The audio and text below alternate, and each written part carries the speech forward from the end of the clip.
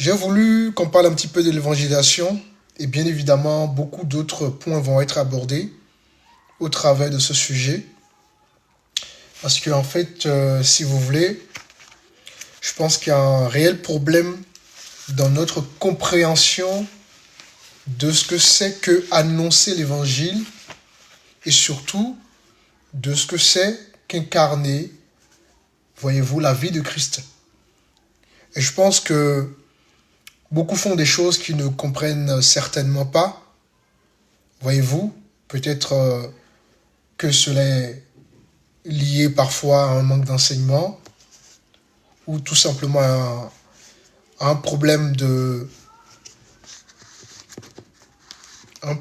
compréhension des Écritures. Et les temps sont difficiles et je pense que le Seigneur appelle ses enfants à revoir les choses pour que justement nous puissions nous corriger. Nous avons souvent une mauvaise compréhension de ce que Dieu attend de nous en tant que disciples du Seigneur, voyez-vous. Et surtout, nous avons une mauvaise compréhension dans la manière dont nous sommes appelés à transmettre ou à évangéliser. Je ne sais pas si vous avez remarqué dans ces jours-ci, il y a eu des évangélisations qui ont été faites dans les métros, dans les rues, avec agressivité. Et souvent, nous sommes comme ça. Nous sommes souvent très agressifs dans notre manière de communiquer la vie de Christ. Où nous sommes souvent orgueilleux dans notre manière, voyez-vous, de transmettre la vie de Christ. Et donc, chers amis, il est temps que nous puissions corriger ces choses et encourager le monde à venir vers le maître des maîtres, le Seigneur des seigneurs. Voyez-vous, ce qui nous manque aujourd'hui, c'est cette humilité-là que nous n'avons pas. Et bien évidemment, l'humilité va naître parce que nous avons compris l'humilité que le Christ, notre Seigneur, nous a montrée.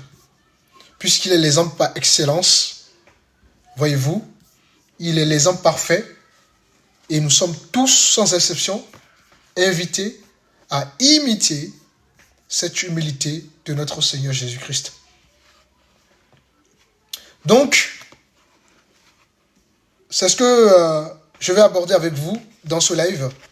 Je vais peut-être aborder beaucoup d'autres points, mais de façon pour suivre une ligne directrice. D'accord, on va beaucoup plus parler de l'évangélisation, mais évidemment, il y aura d'autres sous-sujets, d'autres points que je vais aborder qui vont pas forcément être éloignés du sujet, hein, pour que tout simplement nous puissions comprendre ces choses et revenir, voyez-vous, à l'évangile pur. Alors, réagissez dans les commentaires pour justement permettre à l'algorithme de pouvoir proposer le live. Commentez, réagissez par la grâce de notre Seigneur. Évidemment, s'il y a des questions, je prendrai quelques minutes à la fin, d'accord, pour répondre à vos questions par la grâce de notre Dieu. Alors, l'évangélisation, ça fait partie, bien évidemment, de la mission que le Seigneur a confiée à son Église. Donc, il n'y a pas de problème en soi à annoncer l'Évangile. Donc, le problème n'est pas dans la mission que le Seigneur nous a confiée. Le problème, c'est plus la manière dont nous accomplissons la mission que Dieu nous confie. Voyez-vous, annoncer l'Évangile dans la rue, par exemple, ce n'est pas une mauvaise chose en soi. Voyez-vous, annoncer l'Évangile, pourquoi pas dans les métros, ce n'est pas une mauvaise chose en soi. Annoncer l'Évangile dans les places publiques, ce n'est pas non plus une mauvaise chose en soi. Dès la naissance de l'Église primitive, on voyait bien que les premiers chrétiens annonçaient, voyez-vous, publiquement Christ. Donc le problème n'est pas dans les lieux où nous évangélisons. Nous pouvons bien évidemment évangéliser dans les métros, dans les places publiques, dans les rues, voyez-vous, et sans pour autant que cela ne soit un problème, les amis. Cependant, il y a une différence fondamentale, les amis, entre la manière dont nous annonçons l'évangile et la manière dont nous pouvons imposer l'évangile. Il y a des évangélisations qui sont plus des évangélisations imposées. Voyez-vous? Ou parfois nous allons parler du Christ à quelqu'un de manière imposée, de manière hautaine, de manière orgueilleuse si vous voulez. D'accord? En oubliant que lorsque nous voulons évangéliser, lorsque nous voulons transmettre la parole de Dieu, nous devons toujours prendre conscience de la personne que nous avons en face de nous, nous humilier, parfois, pourquoi pas même, voyez-vous, essayer de se mettre dans la situation de la personne, afin de mieux comprendre la personne. Et à partir de là, nous allons pouvoir justement avoir la manière qu'il faut pour évangéliser. Et ce qui nous manque aujourd'hui, c'est que beaucoup évangélisent sans sagesse, sans discernement, sans préparation, sans bonne attitude, je dirais. Est-ce que vous comprenez? Et c'est ça le problème. Bien-aimés, Dieu ne nous appelle pas à imposer sa parole. Ça, il faut que ça soit clair. Il faut que ça change. Il faut que nous puissions changer la méthode par laquelle, voyez-vous, nous évangélisons. Lorsque des chrétiens, des chrétiennes empêchent les passants, par exemple, de continuer leur chemin parce qu'il faut à tout prix que les passants entendent l'évangile, vous sortez du cadre, voyez-vous, fondamental dans le principe même de l'évangélisation. Lorsque vous voulez transmettre la parole de Dieu en culpabilisant ceux qui refusent d'écouter la parole, voyez-vous, parfois on entend des cris d'agression sur la foule. Parfois on peut traiter même la foule de démons, de démoniaques. On traite les gens, voyez-vous, de toutes sortes de noms. Ce n'est pas ça l'évangélisation. Les inconnus, les proches, les parents que nous évangélisons, n'oublions surtout pas, soit ce sont nos grands frères, nos grandes sœurs, nos petits frères, nos petites sœurs, nos mamans, nos pères. Et l'évangile ne nous donne pas le droit, voyez-vous, d'outrepasser justement le droit de naissance de toutes ces personnes que nous pouvons rencontrer, voyez-vous, dans la rue, dans les métros, dans les places publiques, pour parler de Christ. Il y a un respect quand même à tenir dans ce que nous faisons, et c'est ce qui justement va pouvoir toucher les gens. C'est ce qui justement va pouvoir pousser les gens, voyez-vous, à être sensibles à ce que vous avez prévu de leur communiquer. Et donc il est important de comprendre que lors de nos évangélisations, que ce soit des évangélisations, voyez-vous, collectives ou individuelles, il faut avoir des méthodes, des attitudes, des comportements, voyez-vous, qui vont avec la mission d'évangélisation. Il y a des gens, par exemple, qui cherchent une confession de foi forcée, parfois même sous la pression de l'émotion. Ce n'est pas ça, l'évangélisation. Les gens sont libres d'attendre, d'écouter, voyez-vous, comme ils sont libres de refuser que vous leur évangélisez.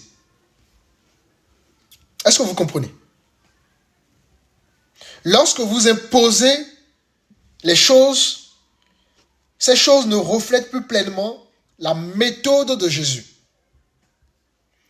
Jésus n'a jamais forcé une confession de foi.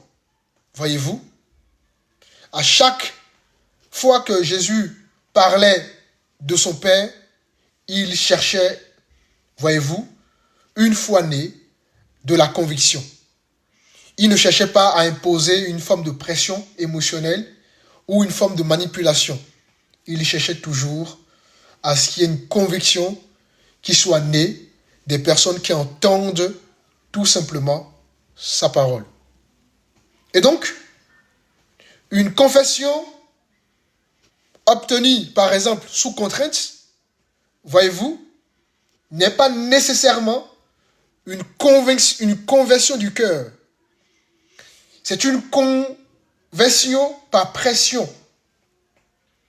Vous devez comprendre que parfois, nos églises sont remplies d'âmes qui ne sont même pas nées de nouveau, qui n'ont pas fait le choix d'être dans nos églises, parce que derrière, soit il y a une forme de manipulation psychologique, hein, vous ne faites pas ceci, vous serez ceci.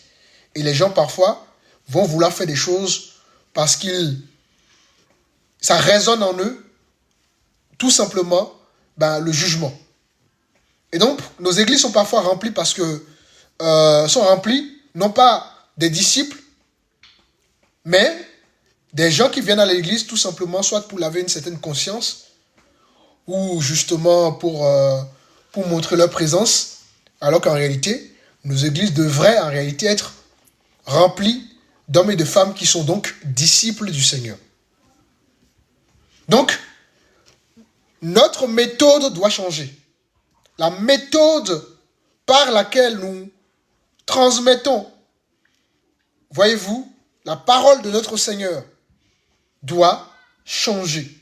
Si nous voulons des disciples dans nos églises, si nous voulons toucher le monde, il faut d'abord qu'on s'examine, d'abord. Parce que être chrétien ne nous donne pas, voyez-vous, l'autorisation de mépriser les gens, même s'ils ne sont pas dans le Seigneur. Et ça, c'est important. C'est la base de toute chose dans votre vie chrétienne. Et nous allons essayer de tracer un peu le parcours de notre Seigneur, ce qui va nous permettre d'avoir une idée claire de la manière dont Jésus lui-même avait procédé pour parler de son Père. La venue de Jésus-Christ est une démonstration extraordinaire de l'humilité de Dieu. Un chrétien qui manque d'humilité, à chaque fois que nous posons des actes en absence d'humilité, à chaque fois que nous ne manifestons pas une certaine humilité, voyez-vous, chers amis, nous allons toujours passer à côté, tout simplement, de ce que nous sommes en réalité appelés à faire. Et donc, force est de constater que nous sommes malheureusement dans une génération où bon nombre de ceux qui ont été touchés, qui sont censés être le sel du monde, la lumière du monde, force est de constater que nous manquons d'humilité dans nos actes. Nous manquons d'humilité, même parfois, dans nos intimités avec le Seigneur. Imaginez des gens qui, pour prier pour les âmes, vont même être orgueilleux dans leur sujet de prière. Comme ce pharisien qui dira justement, « Seigneur, merci parce que je ne suis pas comme ce publicain, je jeûne, je prie, je donne la dîme. » Souvent, nous sommes comme ça dans l'intimité. « Seigneur, merci d'avoir fait de moi, voyez-vous, ton enfant. Merci d'avoir permis que je ne sois pas comme mon voisin qui fume 10 cigarettes à longueur de journée. Merci d'avoir permis que je ne sois pas comme ma voisine qui change des hommes comme des chemises. » Nos sujets sont souvent dans l'orgueil. Parce que tout simplement, nous manquons d'humilité.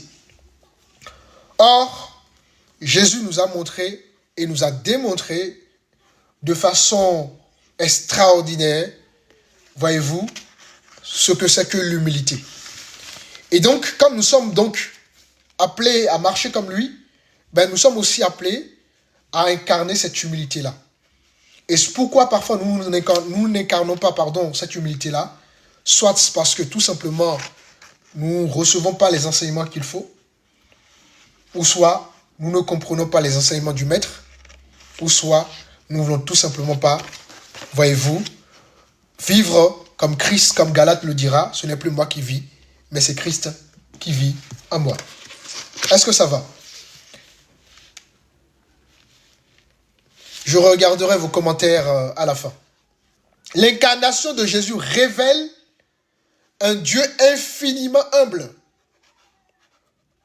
L'incarnation de Jésus révèle un Dieu infiniment humble. C'est la base. Un chrétien qui n'est pas humble n'ira nulle part. Un chrétien qui n'est pas humble, voyez-vous, aura du mal à être compatissant. Un chrétien qui n'est pas humble aura du mal à porter les autres dans la prière, à porter les autres dans l'intercession. Il faut de l'humilité. Sans humilité, vous aurez du mal à porter le fardeau des âmes. Jésus, et nous allons le voir, il s'est dépossédé de toute autorité. Il s'est dépossédé de sa gloire. Il s'est dépossédé de sa divinité. Il s'est dépossédé, voyez-vous, de son autorité. Et il a choisi de servir sa propre créature. Lui qui pouvait contraindre, choisir d'aimer. Et ça, c'est fort. Lui qui pouvait, voyez-vous, imposer, choisir d'inviter. Et si vous ne comprenez pas ces choses, vous allez toujours passer à côté de votre mission. Parce qu'au final, nous sommes les témoins, voyez-vous, du royaume des cieux. En d'autres termes, les gens doivent pouvoir lire au travers de votre vie, de vos caractères, de vos actions, Christ. Et si les gens ont du mal à lire Christ en vous, le message ne passera pas. Imaginez, vous servez une nourriture à quelqu'un, mais l'assiette dans laquelle vous servez, ça peut être une bonne nourriture, hein, mais l'assiette dans laquelle vous servez cette bonne nourriture-là n'est pas nettoyée. Ou l'assiette est tout simplement, n'est pas agréable à voir. Même si la nourriture est bonne, ça ne donnerait pas envie aux gens de manger. Pour la simple raison que l'assiette, voyez-vous, en elle-même pose problème. Qu'est-ce que je veux dire par là? Oui, c'est bien, nous sommes porteurs de la bonne nouvelle. Mais cette bonne nouvelle va être justement reçue en fonction de la manière dont nous présentons cette bonne nouvelle aux âmes. La manière dont nous présentons cette bonne nouvelle au monde. L'Église est appelée à annoncer l'Évangile avec la même attitude que le Seigneur Jésus-Christ. Avec la même façon de fonctionner de Jésus. Bien évidemment, il faut garder la fermeté dans la vérité. Nous devons toujours être fidèles à la vérité. Pas de compromission, il n'y a aucun problème à ce niveau. Mais il ne faut pas oublier la douceur derrière. Il faut avoir le respect de la liberté que Dieu lui-même justement accorde justement à chaque être humain. Il ne faut jamais oublier que les gens sont libres de choisir. Et si nous oublions ces choses, nous allons tomber tout simplement, les amis, dans l'orgueil. Donc, la mission chrétienne n'est pas de forcer les hommes n'est pas de forcer les femmes, n'est pas de forcer le monde à suivre le Christ. La mission chrétienne, c'est de présenter le Sauveur avec fidélité, avec douceur, avec compassion, en essayant toujours de se mettre à la place des autres. Voyez-vous, de manifester une certaine compassion, parce que sans compassion, vous ne pouvez pas toucher les gens. Vous ne pouvez pas toucher les gens. Comment Dieu nous montre son humilité? Dieu nous montre son humilité déjà en quittant sa gloire.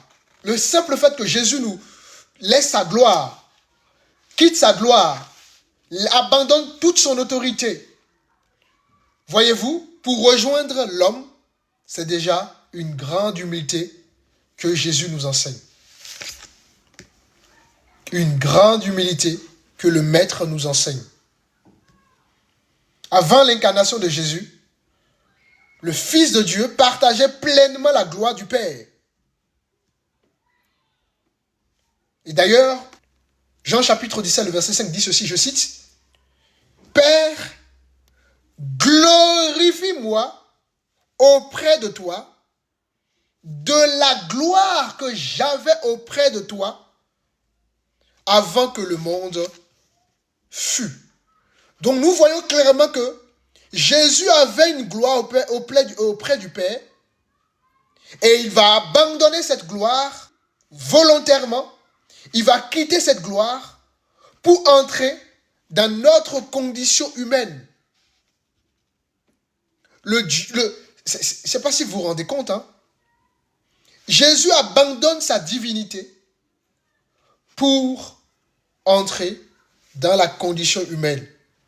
En ayant, voyez-vous, la condition humaine tout simplement. Il dormait comme nous, il mangeait comme nous, il était fatigué comme nous. Voyez-vous? C'est ça l'humilité. C'est ça l'humilité, les amis. D'ailleurs, Philippiens nous le dit clairement. Philippiens nous dit clairement que Jésus, de condition divine, lui qui est de condition divine, qu'est-ce qu'il a fait? Il s'est dépouillé lui-même en faisant quoi? En prenant une condition de serviteur. Il s'est humilié en prenant notre condition. Nous qui sommes, n'est-ce pas, sa créature ou ses créatures. Il est passé du créateur, si vous voulez, aux créatures. C'est ça l'humilité. Quand tu comprends ça, lorsque tu vas vouloir évangéliser, tu ne te présentes pas comme un chrétien qui a 10 ans de vie chrétienne, non. Tu ne te présentes pas comme un chrétien qui a des dons, qui a des grâces. Tu ne te présentes pas comme, je ne sais pas, quelle que soit la fonction que tu occupes dans l'église. Tu te mets à la place de l'autre. Tu essaies de comprendre l'autre. Tu acceptes aussi la décision de l'autre. Jésus n'est pas venu comme un roi qui a imposé sa domination. Non, les amis. Jésus est venu comme un enfant né dans une mangeoire. Hein? Luc 2, le verset 7, nous dit que Jésus est né où? Dans une mangeoire. Le Créateur a accepté, les amis, de devenir une créature. Waouh! Il est né par une femme. C'est ça l'humilité. Il aurait pu naître dans un endroit, je ne sais pas, somptueux. Mais il est né dans une mangeoire. Il est venu au monde comme nous venons nous-mêmes au monde. Lui qui aurait pu ne pas venir au monde de cette manière-là, puisqu'il est Dieu. C'est ça l'humilité. Le roi des rois va choisir la pauvreté plutôt que quoi? Le prestige.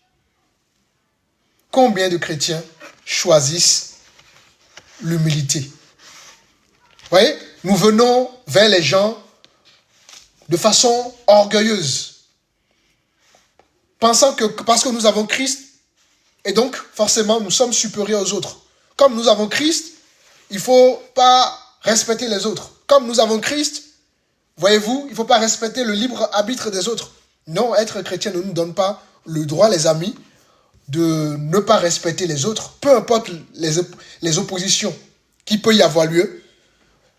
Voilà, quand les gens sont dans les ténèbres, c'est normal qu'ils s'opposent à la lumière. Donc quand vous comprenez cela, vous ne prenez pas les combats personnellement pour vous. Au contraire, ça vous donne encore envie d'aller davantage dans la présence de Dieu pour prier pour ces âmes-là. C'est ça l'humilité au final. Alléluia. C'est finalement ça l'humilité. Et si nous avons du mal à comprendre ces choses, les amis, eh ben, il nous serait difficile d'impacter, n'est-ce pas, notre génération. Donc, vous avez vu la traçabilité, comment Jésus est venu, comment Jésus s'est incarné, comment il est venu dans le monde. Tout ça révèle l'humilité, bien évidemment, de notre Seigneur Jésus-Christ. Autre chose aussi qu'il faut comprendre, qui est très important, c'est que Jésus respecte profondément la liberté qu'il a donnée à l'homme. Dieu respecte profondément la liberté qu'il a donnée à l'homme. Il aurait pu nous créer en imposant des choses en nous. Voyez-vous? Il aurait pu nous rendre automatiques. C'est-à-dire tout ce qu'on fait là, on le fait automatiquement. Mais qu'est-ce qu'il a fait? Et c'est l'un des enseignements majeurs de l'évangile qu'il faut comprendre et retenir. Dieu n'a jamais contraint sa créature, jamais contraint une personne à l'aimer. Jamais. Dieu n'a jamais contraint qui que ce soit à l'aimer de force. Et ça se voit depuis Genèse. Dans le livre de Genèse, Dieu place donc nos premiers parents dans le jardin, donc Adam et Ève, et il les a placés tout de suite devant un choix. C'était à eux de faire le choix. Dans le jardin, il y avait l'arbre de la connaissance du bien et du mal et l'arbre de vie. Donc, il y avait un choix à faire. Dieu n'a pas imposé son amour. Il leur donne un commandement. Mais il ne les a pas programmés pour obéir. Il ne les a pas programmés pour que l'homme fasse les choses de manière automatique. Non, il y avait un choix à faire. Je mets devant toi la vie et la mort. Je te conseille de choisir la vie. Dieu conseille, Dieu éclaire, mais Dieu n'impose pas. Et ça, c'est important de comprendre ça. Donc, l'amour véritable suppose la liberté. Je répète, l'amour véritable suppose la liberté. S'il n'y a pas de liberté, ce n'est plus l'amour. Si vous ne donnez pas le choix aux gens que vous évangélisez, vous avez manqué à votre mission. C'est très important de comprendre ces choses. Voyez-vous? Et cette logique de faire de Dieu demeure tout au long des Écritures. Surtout dans le livre, dans les évangiles, dans la Nouvelle Alliance, dans le Nouveau Testament. Quand vous lisez le parcours de Jésus, le parcours des apôtres, vous allez voir cette logique qui demeure dans tout le Nouveau Testament.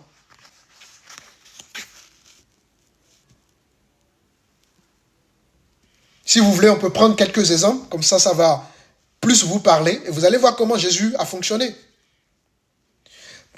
Regardez, après le discours de Jésus, qu'est-ce qui s'est passé? Il va choisir des disciples, n'est-ce pas? Et lorsqu'il va vouloir choisir des disciples, vous pouvez lire ça dans Matthieu chapitre 4, le verset 19. Lorsqu'il va choisir des disciples, qu'est-ce qu'il dit aux disciples? Il leur dit, quand il a vu par exemple l'apôtre Simon, l'apôtre Pierre, et justement son frère, il leur a dit quoi? Suivez-moi. Il n'a pas forcé l'apôtre, il a dit suivez-moi. Donc les apôtres avaient le choix de le suivre ou pas. Vous voyez? Les apôtres avaient le choix de le suivre ou pas. Lorsqu'il va avoir justement cette conversation avec le jeune homme riche là, qui disait qu'il avait tout, qu'il a obéi à la loi, tout ça, et Jésus lui faisait comprendre qu'il fallait qu'il distribue ses biens. Qu'est-ce qui s'est passé? ce jeune homme riche va refuser. Et il est parti triste. Voyez-vous? Il est parti triste. Et Jésus ne l'a pas retenu.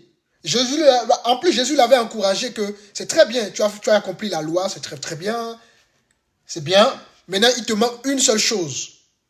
Partage tes biens aux pauvres. Et là, le riche a été attristé et il est parti. Est-ce que Jésus a forcé ce jeune riche? Non, les amis. Il ne l'a pas forcé. Il a eu juste une conversation avec lui et il a respecté son choix. Ça, vous trouvez ça dans Matthieu chapitre 19. Voyez-vous? C'est très important, vous comprenez ça. Jésus n'a jamais imposé l'évangile à qui que ce soit. Même Dieu accepte d'être rejeté. Jésus a été rejeté par les pharisiens, les scribes, ceux qui étaient justement les garants de la Torah. Il a été rejeté. Donc, Dieu lui-même choisit d'être rejeté. Cela nous révèle quoi? Cela nous révèle que Dieu respecte la liberté des humains. Chaque humain a le droit de suivre Christ ou pas, de faire les choses ou pas. Et ça, c'est très important dans notre manière de faire les choses, dans notre manière d'évangéliser. Jésus invite, il ne contraint jamais. Il n'a jamais imposé quoi que ce soit. Il n'a jamais montré, il nous a jamais enseigné d'imposer la parole aux gens. Au contraire, il nous a montré comment il faut respecter la liberté des autres. Donc, l'évangélisation de Jésus se repose plus sur l'appel et non sur la pression. Dieu appelle, mais ne met pas la pression. Dieu appelle, mais ne manipule pas. Dieu appelle, mais n'impose pas. C'est très important que vous puissiez comprendre ça. On va lire un verset rapidement. Nous sommes dans Matthieu chapitre 16. Regardez ce que Jésus va dire. Nous sommes au verset 24. Jésus dit ceci. Alors Jésus dit à ses disciples, si quelqu'un veut venir après moi, qu'il renonce à lui-même, qu'il se charge de sa croix, qu'il me suive. Alors, remarquez quelque chose. Ici, la Bible nous dit, si quelqu'un veut, si quelqu'un veut. C'est essentiel, hein? Si quelqu'un veut. Donc, Dieu propose à l'homme. Et l'homme doit répondre. Si quelqu'un veut. Si tu veux entendre, je peux te parler de Jésus. Si tu as des questions, je peux répondre à tes questions. D'accord? Si quelqu'un veut. Donc, c'est important, vous comprenez ces choses. Voyez-vous, Dieu propose toujours, mais laisse toujours le choix à l'homme de répondre. Apocalypse chapitre 3, le verset 20, Jésus va déclarer cette parole formidable, une parole que j'aime beaucoup, et il dit, voici, je me tiens à la porte et je frappe. Si quelqu'un entend ma voix, qu'est-ce que la personne va faire? Il ouvre quoi? Sa porte. Si quelqu'un entend ma voix, qu'il ouvre sa porte, j'entrerai chez lui. Donc, c'est lorsque la personne va ouvrir la porte de sa maison que Jésus va entrer dans la maison. Et bien évidemment, la maison ici, c'est le cœur. C'est lorsque nous allons justement donner assez à Jésus d'entrer dans notre vie que Jésus va entrer dans notre vie. Donc, je me tiens à la porte.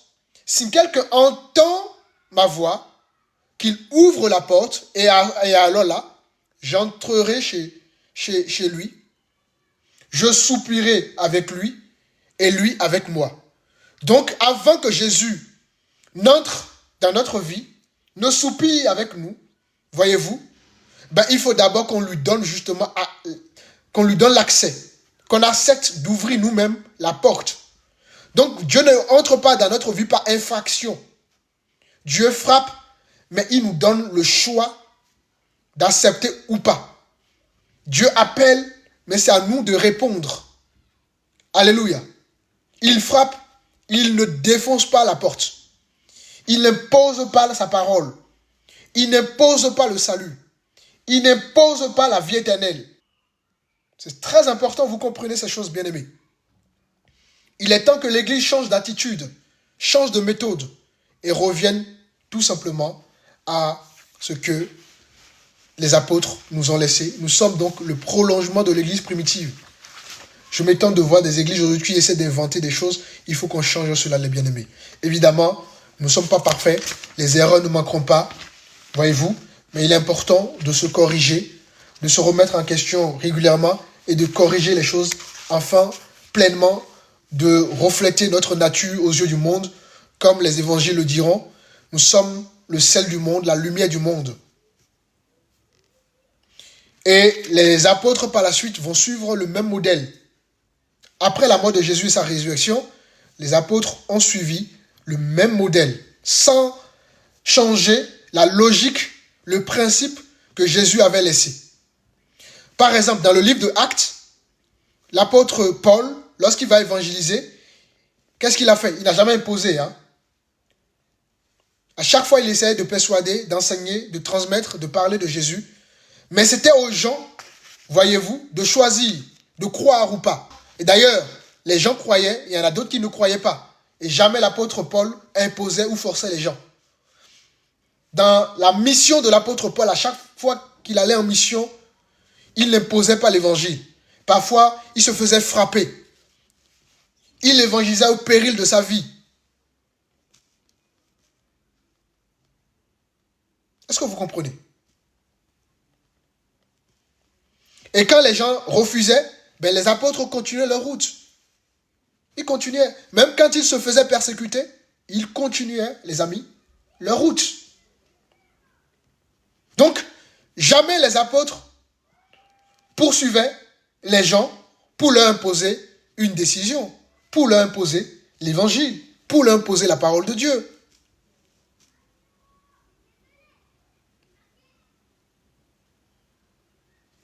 Revenons à l'évangile. Revenons à l'évangile, les amis. Manifestons de l'amour. C'est l'amour qui va plus parler. Et ensuite, nous aurons maintenant l'occasion de parler de notre Seigneur, de transmettre la parole. D'accord? C'est votre vie qui va plus parler à votre place. Mais si votre vie ne parle pas à votre place, ben l'évangile ne va pas passer. La véritable évangélisation respecte la conscience, respecte le libre arbitre, voyez, la liberté des autres. C'est l'esprit qui convainc. Ce n'est pas nous qui... Nous ne sommes pas là pour convaincre les gens. Nous sommes là pour témoigner. Le chrétien est là pour témoigner. Voyez-vous? C'est l'esprit qui convainc, comme Jean chapitre 16, le verset 8 nous dira. L'esprit nous convaincra, il convaincra le monde. Voyez-vous? En ce qui concerne quoi? Premièrement, le péché. Ensuite, la justice. Ensuite, le jugement. Donc, nous n'avons pas été mandatés pour convaincre les gens du péché. Ça, c'est le rôle de l'esprit. Aucun chrétien n'a été mandaté pour convaincre les gens de la justice. Ça, c'est le rôle de l'esprit. Aucun chrétien n'a été mandaté pour convaincre le monde du jugement. C'est le rôle du Saint-Esprit. Notre rôle à nous, c'est d'être des témoins, tout simplement, au travers de notre vie.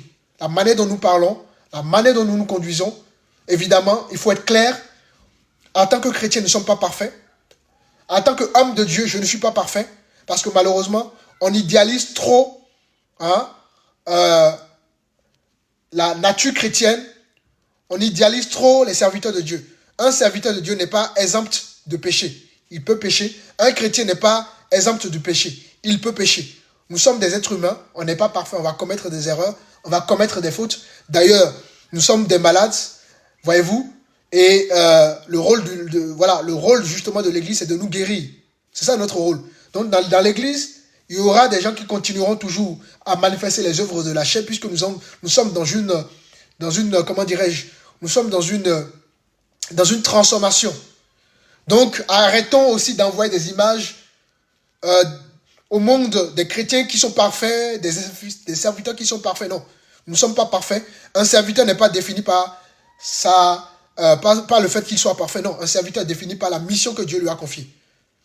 D'accord? Il faut qu'on soit clair là-dessus. Donc, c'est très important, vous comprenez ces choses. Seul le Saint-Esprit a été mandaté pour convaincre les cœurs. Nous, notre rôle, c'est de semer. Et ce n'est pas nous qui allons faire croître la semence. Notre rôle, c'est de semer la parole dans les cœurs. Notre rôle, c'est de représenter le royaume par notre vie, par nos actions, par nos comportements. Et en cela, maintenant, quand les gens vont lire au travers de notre vie des attitudes qui sont en homme, qui dépassent l'entendement. Je vais vous donner un exemple très simple. Imaginez dans une situation où vous devez vous mettre en colère, mais parce que derrière, l'esprit a travaillé votre caractère, vous n'êtes pas mis en colère, les gens vont être touchés, vont dire, mais attends, je ne comprends pas. Dans la situation, il est censé ou elle est censée manifester de la colère de façon légitime. Comment ça se fait, d'accord, qu'il ne s'est pas mis en colère? Comment ça se fait qu'elle ne s'est pas mise en colère? Et c'est ça qui va toucher les gens. Vous voyez, de par votre attitude, les gens sont touchés et naturellement, les gens seront disposés de cœur. Et en cela, vous pouvez donc profiter de cette occasion pour parler de votre Seigneur. Les gens seront réceptifs par rapport à ce que vous allez leur dire. Mais si derrière la vie, votre vie ne reflète pas la lumière, pas l'humilité, mais les gens auront du mal à recevoir la bonne nouvelle. Bien que le message que vous voulez transmettre, il est bon, c'est une bonne nouvelle. Mais à cause de votre attitude, de votre comportement, les gens vont simplement, systématiquement s'opposer. Donc, notre rôle en tant que chrétien ou en tant que serviteur de Dieu, voyez-vous, ce n'est pas de produire des conversions, par nos techniques, par nos méthodes. Je m'étonne aujourd'hui, on essaie de mettre en place des techniques pour remplir nos églises. On met en place des karaokés, des jeux de lumière, tout ça pour attirer la jeunesse. Donc Dieu n'est plus puissant pour toucher les âmes. Hein? C'est à croire que Dieu n'est plus puissant pour toucher les âmes. Nous voulons que les âmes soient touchées par des méthodes charnelles. Il faut qu'on revienne à l'évangile, chers amis. C'est très important. Permettez-moi de jeter un coup d'œil dans les commentaires. Je vous encourage à partager. Merci pour... je reviendrai s'il y a des questions éventuellement. Donc, voyez-vous, c'est à croire que Dieu n'est plus puissant pour toucher les âmes. Laissez Christ se manifester dans votre vie. Laissez Christ, voyez-vous, vivre en vous. Et naturellement, les gens seront touchés. Les gens seront interpellés. Notre rôle est de présenter fidèlement Christ avec amour, avec patience, avec vérité, avec douceur, avec compassion. C'est ça notre rôle. Le Saint-Esprit,